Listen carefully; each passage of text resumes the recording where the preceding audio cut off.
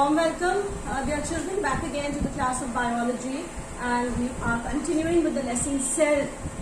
And in the previous class we had discussed certain things regarding the prokaryotic cells, right? So they are not very well developed cells, and we discussed that they do not have well defined nucleus, and all the membrane bound organelles are also absent. So today we start with the eukaryotic cells, and also we will quickly go through the differences between the plant cell and an animal cell, and a few of the organelles, not the organelles, the cell wall, etc. we talk about. Right, so you can see here the diagram of a plant cell is drawn, right? Why I haven't drawn an animal cell is because animal cell we keep studying, and here because there is an additional layer of the cell wall, since we will be talking about the cell wall and the cell membrane. So a eukaryotic plant cell, right? So whenever we talk about a eukaryotic cell, it is one which has a well-defined or a well-organized nucleus, right? Now if we look at the nucleus here, it has a well-organized nucleus where you can see that there is the nuclear envelope, the nuclear membrane. This is the nucleoplasm with the nucleus in which the DNA is present, right? So again here, a well-defined nucleus is present except Monera, kingdom Monera. We studied in the 5 kingdom system of classification. So except kingdom Monera, the cells of all the other kingdoms have eukaryotic cells. So we've already discussed the bacterial cell, etc., right? The prokaryotic cell. So apart from kingdom Monera, all the other kingdoms have a eukaryotic cell, right? Cell wall is present in the cells of plant cells, right? They are present in fungi and some protists, but they are absent in the animal cell. So cell wall is absent in the animal cell.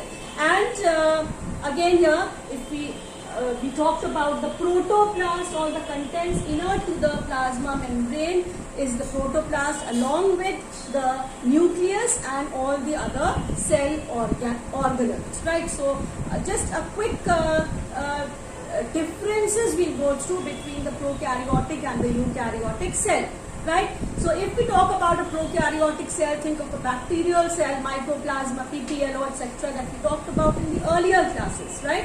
So the cell size of a prokaryotic cell is usually smaller as compared to the cell size of a eukaryotic cell, right? So eukaryotic cells, in other words, we will say are bigger in size as compared to a prokaryotic cell, right? Then we were talking about the membrane bound organelles. So prokaryotic cell has only one single envelope organization, whereas a eukaryotic cell has 2 envelope organization. Then we discussed about the flagella, the bacterial flagellum. We talked about it as a single stranded flagellum, whereas the flagella that is present in a eukaryotic cell are 11 stranded, right? And they show some differentiation of organization, also a eukaryotic flagellum, right? An organized nucleus is absent in a prokaryotic cell, whereas an organized nucleus is present in a eukaryotic cell. What is the meaning of an organized nucleus? That it is differentiated into nuclear envelope, that is the membrane, the covering, the nucleoplasm, the nucleolus, and the chromatin network, right? So the nucleoli, a cell may have one nucleolus or may have more than one, right? Cell wall, if present in a plant cell, is made up of uramic acid in prokaryotes, whereas cell wall present in the eukaryotic cell does not contain uramic acid, and mostly we have a cellulosic cell wall in plant cells of an eukaryotic cell, right? Then again, the DNA, right?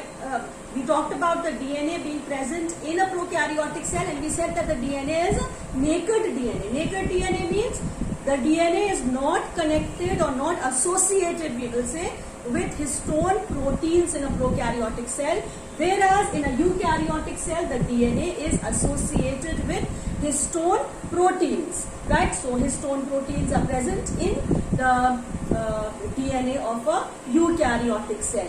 Generally the DNA in a prokaryotic cell is circular, whereas if we look at the DNA, when we will study in detail the DNA structure, you will see that the DNA in a eukaryotic cell is a linear DNA, right? You will study about a DNA structure like this. So the DNA is a linear DNA.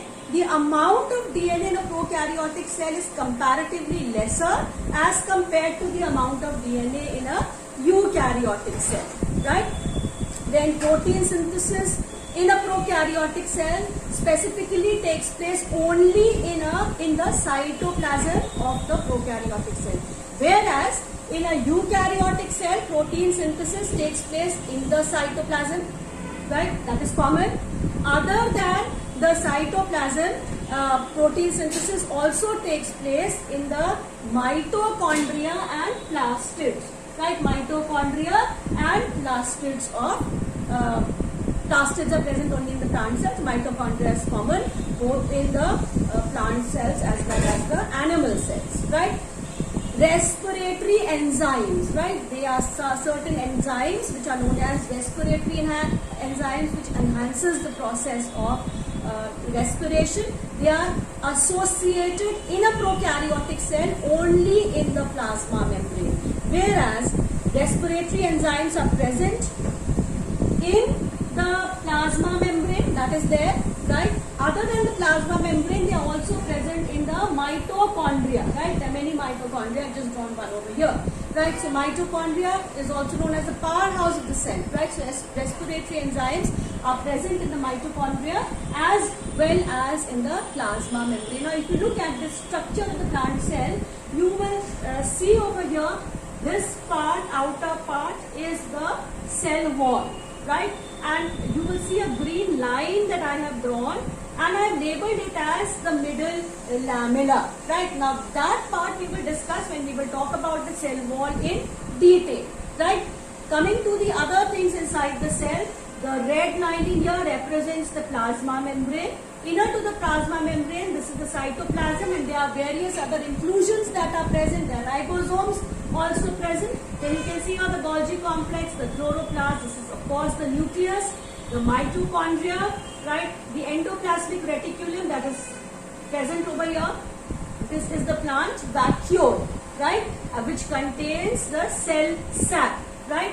The outermost membrane of the vacuole is known as the tonoplast, right? Which I have not written over here, but the outermost membrane is known as the tonoplast. So that's about the plant cell, and most of the organelles are common here, except of course chloroplast is found only in the plant cell, and mitochondria are more in the animal cells. Anyways, we are back again to the eukaryotic cells and the difference that we were talking about, the prokaryotic and the eukaryotic cell. So we were back to ribosomes when we discussed in the previous class that ribosomes are one common organelle which are present both in the prokaryotic as well as the eukaryotic cell. So the size of the ribosome differs. 70S type of ribosomes are found in a prokaryotic cell, whereas 80S type of ribosomes are found in the eukaryotic cell. And I told you the meaning of the word S. What does that mean, right? So because mitochondria, all the membrane bound organelles like the mitochondria, the Golgi apparatus, etc. are lysosomes, are absent in a prokaryotic cell, whereas they are present in a eukaryotic cell. Then talking about reproduction, if you remember when we talked about a prokaryotic cell, we said that asexual reproduction takes place, generally the binary fission, etc. Right? And there are no specific, we can say, reproductive organs that are present, right? So when no specific reproductive organs, that means no gametes, right? So a prokaryotic cell does not produce gametes. That means we can say that gametes are not formed in a prokaryotic cell, and there is no sexual reproduction also, whereas gametes are formed in a eukaryotic cell and sexual reproduction takes place, right? If you remember, while talking about the structure of a bacterial cell, I had drawn one part as mesosome, which I said is an infolding of the plasma membrane. Right, so mesosome is an infolding of the plasma membrane or the cell membrane. So here the cell membrane may be infolded in a prokaryotic cell to form complex structures called mesosomes, whereas mesosome-like structures are actually absent in a eukaryotic cell. Right, nucleoid, which when we talk about a prokaryotic cell, there is no proper nucleus present, and whatever entangled mass of the DNA that is there, we call it the nucleoid, right? That is referred to as the nucleoid. So the nucleoid of a prokaryotic cell is equivalent to a single chromosome, right? Whereas nucleus in a eukaryotic cell contains more than one chromosome.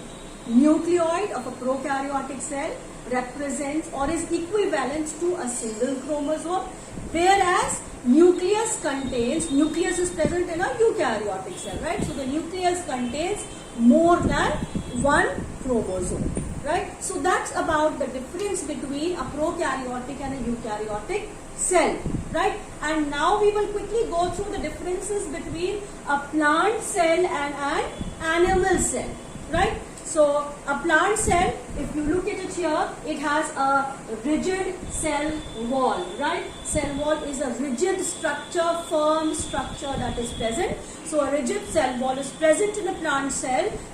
Outside, the outermost membrane of a plant cell is a cell wall, right? Which is rigid. Whereas cell wall is absent in an animal cell, though other structures occur in some, we can say, acellular organisms which were formerly included in the animal kingdom, but cell wall is absent in an animal kingdom, right? A plant cell has a definite form, whereas if we talk about an animal cell, the definite form is less common, right? So it changes. A plant cell comparatively is larger in size as compared to an animal cell. A plant cell cannot change its shape, but many of the animal cells can change their shape, right? Plastids are found in a plant cell, whereas plastids are absent in an animal cell, right? Plant cells, when exposed to sunlight, possess chlorophyll, right? Containing plastids. So these are called the chloroplasts, right? Chlorophyll containing plastids, whereas such an organelle is absent in an animal cell, right? A mature plant cell contains a large central vacuole, whereas any large vacuole as such is not found in an animal cell. They may contain very, very tiny, negligible amount of negligible number of vacuoles, right? An animal cell. Nucleus, because of the presence of a large central vacuole, the nucleus is not central in position in a plant cell. It is slightly towards the periphery, towards the side. Whereas in an animal cell, the nucleus is centrally located, found in the center of the cell, right? The shape also differs, slightly elliptical in a plant cell and circular in an or rounded, we can say, in an animal cell. Mitochondria, since now the plants are not motile, right? So they do not require that huge amount of energy to carry out their processes. Whereas animals are motile, and since they are motile, they require more energy. So the number of mitochondria are fewer in a plant cell as compared to an animal cell. Now, plant cell, if it is placed in a hypotonic solution, more of water and less of solute, then what happens? Water starts entering the cell. That is what you studied, right? You studied different types of solution, and you studied osmosis earlier, right? So now if a plant cell is placed in a hypotonic solution, it would not burst. Why would it not burst? Because of the presence of the cell wall. right? So it does not allow it, it controls everything. Whereas animal cells, if placed in a hypotonic solution, would burst until they contain contractile vacuoles, and not all animal cells contain contractile vacuoles, right? Centrioles are organelles that are found specifically in the animal cell but not found in a plant cell, right? So plastids specifically found in a plant cell, and centrioles specifically found only in the animal cell, right? The Golgi apparatus consists of a number of distinct unconnected units in a plant cells. These are called dictyosomes, whereas Golgi apparatus is called as Golgi apparatus or Golgi complex in an animal cell. Now the plant cell cannot take part in phagocytosis, right? So whereas if you remember in class 10th you studied about the white blood cells, which are amoeboid, and they are known as the they protect the soldiers of our body, right? Why? Because they fight with germs, they phagocytize also, right? So that is there. Phagocytosis takes place in animal cells, whereas to ingest materials, right? Whereas phagocytosis does not take place in plant cells. Lysosomes as such are not present in plant cells, right? The activity of the lysosome is performed by the vacuoles that are present, right? So we will talk in detail about the function of lysosomes, right? What do they do? What are their functions, right? They digest all the unrequired materials, right? So that part or that function is carried out by the vacuole in plant cells, whereas animal cells have lysosomes present, right? Now adjacent cells, right? Now if you look at this part is another plant cell, right? So this is one plant cell, this is another plant cell. They are connected by this green structure that I have made it.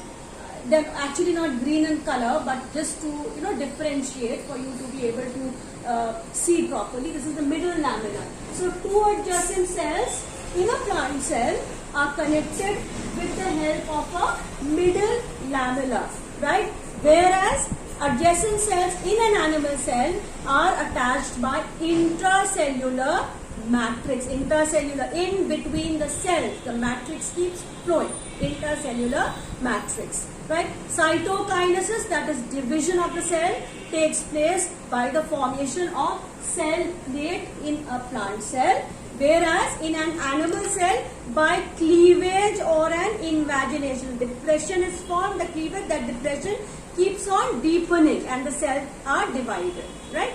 So by the formation of cleavage, cytokinesis takes place in an animal cell, and by the formation of a cell plate, cell division takes place in a plant cell, right? So that is about the difference between a plant cell and an animal cell, right? Now we will talk about the two major membranes, right? The outermost layer of the plant cell is the cell wall. So we will just talk about the structure of the cell wall and the function of the cell wall, and then we will discuss about the structure of the cell membrane, right? There were various models that were proposed by different scientists to explain the structure of the cell membrane, right? So we will go into the detail of cell wall arrangement and the cell membrane. Now what is the cell wall? Just now we discussed, found only in the plant cell, and it is the outermost rigid, protective and supportive, we can say, layer, right? It is the outermost layer in the plant cell. It is a rigid layer, it is a protective layer, it is a supportive layer, right? And it is a semi-transparent covering of the plant cell. Semi-transparent, right? So that's about the plant cell. Cell wall was first seen in Koch cells by Hooke in 1665, right? So this was seen by Hooke, in Robert Hooke in 1665. So just writing Hooke in 1665, right? Discovered by that. and the thickness of the cell wall varies from cell to cell, different types of cell. Now this cell wall is a non-living, keep in mind, cell wall is a non-living layer with extracellular secretions, right? Or the matrix of the cell wall is closely pressed to it, or all contents are there together. It is metabolically active and is capable of growth. Let's come to the functions of the cell wall, and then we'll go into the detailed structure, right? So it is a rigid layer, right? First thing is it protects this is the cell wall, it protects the protoplasm from any mechanical injury. Now what is the protoplasm? Cell membrane and the contents inside, right? So it protects the protoplasm from any kind of mechanical injury, protects the cell from attacks of pathogens, right? Provides rigidity to the cell, firmness to the cell. It gives shape to the cell, right? If you remember, we talked about the shape of the plant cell. It has a specific definite shape, right? So it gives rigidity and shape to the cell, right? Counteracts osmotic pressure. We were talking about a cell wall being placed in a hypotonic solution, it would not burst, right? Why would it not burst? Is because it counteracts osmotic pressure. Equal opposite force it produces. The cell wall produces equal force so that the cell contents, so that the pressure equalizes. Otherwise, what would happen is that the pressure from the contents of the cell would be more, which would exert on the cell wall, and then it would burst. But this does not happen, right? So the cell wall counteracts the osmotic pressure, right? It gives strength to the land plants to withstand gravitational forces, so that they can stand firm, right? By the growth of the cell wall, expansion also it helps in the expansion of the cell contents also. Now, depending upon the type of the cell, its wall may be permeable or it may be impermeable. There are pits or some depressions present in the cell wall, right? Which leads to some connections, right? Protoplasmic connections can be made, right? So, of course, it prevents the bursting of the cell and it inhibits excessive end osmosis also, right? It has certain enzymatic properties, activities also associated with it. That means some enzymatics and there's some enzymes that are also present in the cell wall, right? It takes place in offense and defense mechanism also. Cutin and suberin, these are certain substances that are present in the cell wall, and due to the presence of cutin and suberin, the loss of water through transpiration to a great level is controlled, right? So cutin and suberin in the cell wall, they reduces loss of water through transpiration. As such, the plants are not capable to control transpiration, right? They cannot control because it does take place even if the plants do not have enough water inside them, right? So it continues, it keeps on taking place. But to some extent, the presence of cutin and suberin do control the excessive loss of water. Then walls of sieve tubes, we talked about the complex tissues in plants, right? We studied already the tracheates, the sieve tubes, the vessels. They are specialized cell walls that help in the transport, long distance transport, right? So you see where the food is made, and from there, from the leaves, the food has to be transported to different parts of the plant. Similarly, if you talk about water is taken up by the roots from the ground, from the soil.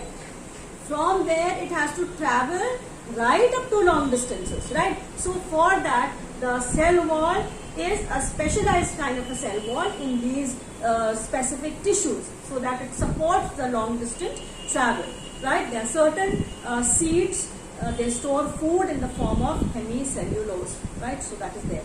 Now coming to the matrix, the chemical composition of the cell wall. Chemically, what is a cell wall made up of? Water, 60% of water. There is a substance called hemicellulose. There are peptic substances, there are lipids, etc. Cutin, suberin, silica, wax, tannins, resins. All these are present in the cell wall. Of course, it differs in quantity from cell to cell. Right. Coming to the structure of the cell wall. Right. A cell wall can have 3 parts. Right. The middle lamella. Now see here, I have labeled the middle lamella. I have drawn it in green color. Here the central one. And I have labeled it as ML, that is the middle lamella. Just now I said that the cell wall can have up to 3 parts, right? So the middle lamella, the primary, you can see I have drawn it in blue color, the primary wall, and then you can see towards the either 2 sides is the secondary wall, which is SW, right? Secondary wall. The primary wall, PW, right? So middle lamella on either side you can see is the primary wall, and on the either sides of both the primary walls I have drawn the secondary walls colored in red, right? So these are the 3 parts of a cell wall, or a cell wall can have these 3 parts. So starting with the middle one, that is the middle lamella, it is a thin layer. You can see here it is a thin layer. It is amorphous. You can see here it forms a cementing layer between 2 adjacent cells, right? One cell and another cell, right? So middle lamella is a cementing layer between 2 adjacent cells. Now for example, here this is the wall, and one room is here where I am teaching, and on the other side of the wall is another room, right? So this wall is the middle lamella, right? A cementing layer between 2 adjacent rooms, or right? Similarly here the middle lamella is a central region, we can say, or a cementing layer between 2 adjacent cells, right?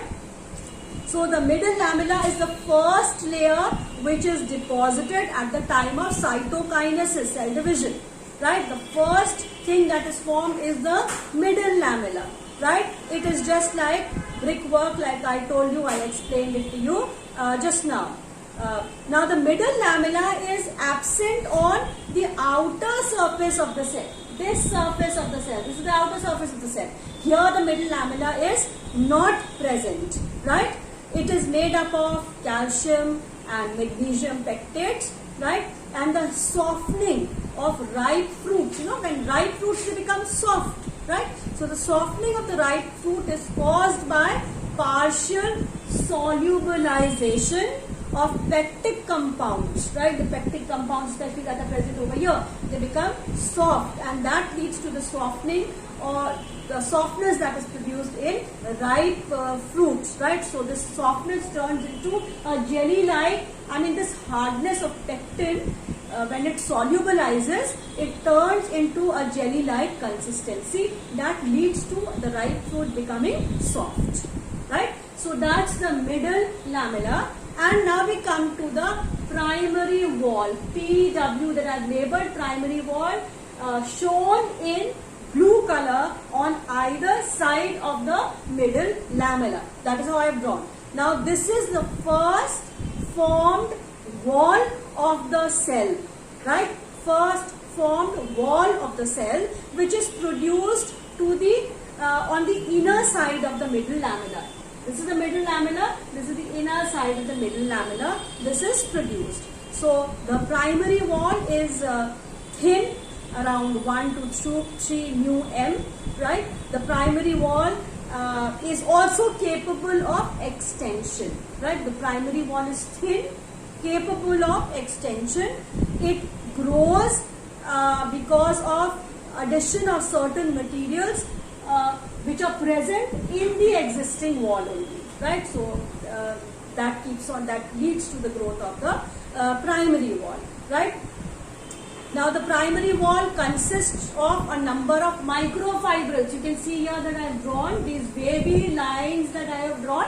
These are the microfibrils which are embedded in the amorphous gel-like matrix. This is the matrix with the dotted one, amorphous, right? And jelly-like, gel-like consistency is there in the primary wall, right? Which also has some microfibrils which I have drawn as the wavy lines, right? So these are present. The microfibrils are formed of cellulose, right? So that is the matrix of the primary cell wall, right? So the matrix of the cell wall also contains water, pectin, hemicellulose, glycoproteins. Then protein is the filler substance of the matrix, right? So we can say that whatever the main thing that is present in the matrix of the wall are the proteins, right? So they are the filler substance, right?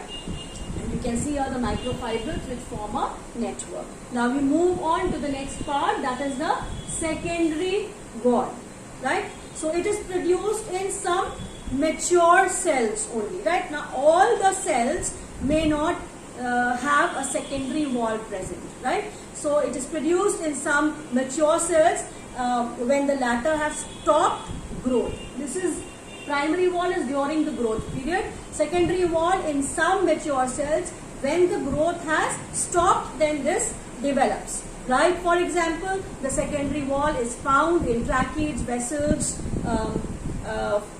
fibers, collenchyma, etc. It is laid inner to the primary wall. Right? Again, by the deposition of materials over the surface of the existing structure, more materials are deposited, and that leads to the formation of the secondary wall, right? If we compare the secondary wall, if you look at the structure here and you compare the thickness of the secondary wall to the primary wall, we find that the secondary wall is much more thicker as compared to the primary wall, right? So the secondary wall is thicker, 3 to 10 mu in diameter as compared to the primary wall, right? And it is made up of at least 3 layers.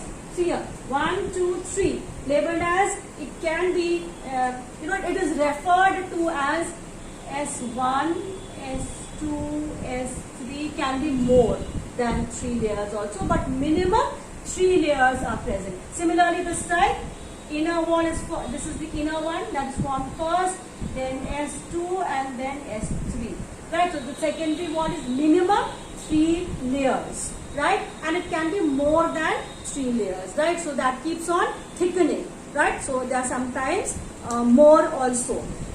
It may be absent in some or irregularly deposited on certain cells, right? It may be formed uniformly also in some cells. That means secondary wall is not present in all the cells, right? It may be present, it may be irregularly formed, and it may be uniformly formed also, right? Now this leads to the differentiation of the cells into parenchyma, collenchyma, sclerenchyma, tracheids and vessels. Now the composition of the secondary wall is basically similar to the primary wall, right? So it is almost similar. Now if we talk about the differences between primary wall and the secondary wall, the primary wall we say is laid inner to the middle lamella, whereas the secondary wall is laid inner to the primary wall, right? Primary wall is formed in the growing cell, whereas secondary wall is formed when the cell has stopped growing. Very, very importantly. Secondary wall is formed when the cell stops growing, whereas primary wall is formed in the growing cell. The primary wall is capable of extension, right? Whereas it is secondary wall is formed only when as such extensibility is absent in the secondary wall, right? Except in collenchyma. Primary wall occurs in all plant cells, whereas secondary wall is formed not in all plant cells, right? Then primary wall is single layered, and secondary wall minimum, you can see they are 3 layered, and it can be more than that. Even hydration, if we talk about hydration, the presence of water is 60% in the primary cell and lesser 30 to 40% in the secondary wall, right? Primary wall and the secondary wall. Protein content is higher in the primary wall as compared to the protein content in the secondary wall. It is about 5%, up to 5% present in the primary wall and up to 1% only in the secondary wall, right? Additional chemicals are rare in the primary wall, whereas there are a lot of additional chemicals that are present in the secondary wall, right? Comparatively thin the primary wall and the secondary wall is thicker.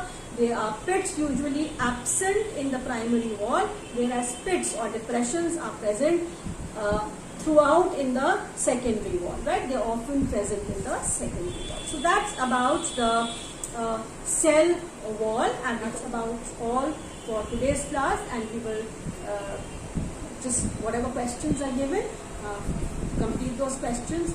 Not many are posting their answers and their assignments to me, which I feel is wrong, and you must complete your work and post it as soon as possible. So that's about it for today's class. We meet again in the next class.